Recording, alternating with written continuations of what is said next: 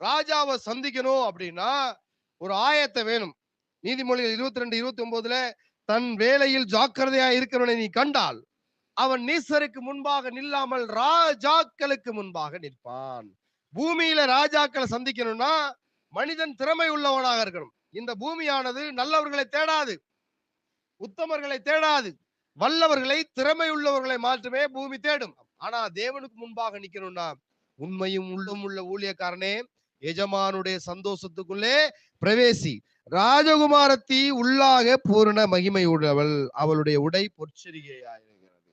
பழைய ஏற்பாட்டுல பாருங்க, யாத்ராம் 19:12 தேவன் சீனாய் மலையில எழுந்திருக்காரு. அந்த மலையை தொடக்கூடாதாம். மலையை தொட்டா அவன் கல்லெறிந்து சாகணுமா. ஒரு நாய் போகக்கூடாதாம், ஒரு மாடு போகக்கூடாதாம். நாயோ மாடோ போனா அந்த மிருகம் கல்லெறிந்து கொல்லப்படணுமா. தேவன் இருக்கிற மலையை தொட்டாலே கொல்லப்படணுமா. ஆனா புதிய ஏற்பாட்டுல இயேசுவை தொட்ட யாவரும் சொஸ்தமானார்கள். அல்லேலூயா. பழைய ஏற்பாட்டுல தேவனை சந்திக்கிறது அவ்வளவு கடினமா இருந்தது. தேவன் இல்ல, தேவன் வாசம் பண்ணுகிற சீனாய் மலையை தொடர்றதே அவ்வளவு ஒரு பெரிய காரியமாக இருந்தது. தொடவும் முடியாது. ஆனா இயேசுவை தொட்ட யாவரும் சுகமானார்கள். வேதத்திலே 31,104 வசனங்கள் இருக்குது. அதெல்லாம் இயேசு இயேசு இயேசு இயேசு. வார்த்தையை தொட்டு தடவி ஆகிலும் அவரை கண்டுகொள்ளுங்கள். அல்லேலூயா. நாம் இந்த பூமியில வாழ்கிறது எதுக்கு? ராஜாவை சந்திக்க வேண்டும். அதுக்கு யாதொரு குற்றமும் குறையும் இருக்கக்கூடாது. ராஜாவை சந்திக்கணும். நமக்கு என்ன தகுதி? கடைசியா நான் சொல்லி முடிக்கிறேன்.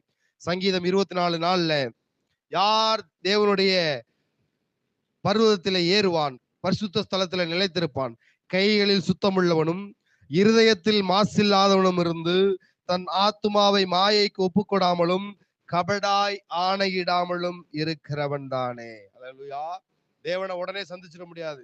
எவ்வளவு பெரிய ஊழியக்காரனா இருந்தாலும் சரி, பழைய ஏற்பாட்டுல நீ பிரதான ஆசாரியனா இருந்தாலும் அவன் திஸ்ரி மாதம் 7வது மாதம் 10ஆம் தேதி பிரதான ஆசாரியன் நல்ல கம்பீரமா உடை அணிந்து பரிசுத்தமா இடுப்புல இரும்பு சங்கிலி கட்டி அவன் பரிசுத்த ஸ்தலம் தாண்டி மகா பரிசுத்த ஸ்தலம் போய் இடுப்புல அந்த மணி சத்தம் கேட்டுக்கிட்டே இருக்கும்போது உயிரோடு இருக்கான்னு அர்த்தம். பரிசுத்தம் இல்லை அப்படின்னா செத்து போயிட்டான்னு அர்த்தம். உள்ள அந்த இரும்பு சங்கிலி வழியா அவனை இழுத்துருவாங்க. எவ்வளவு ஒரு பிரதான ஆசாரியனா இருந்தாலும் சுத்தமா இருந்தாதான் தேவனை தரிசிக்கலாம்.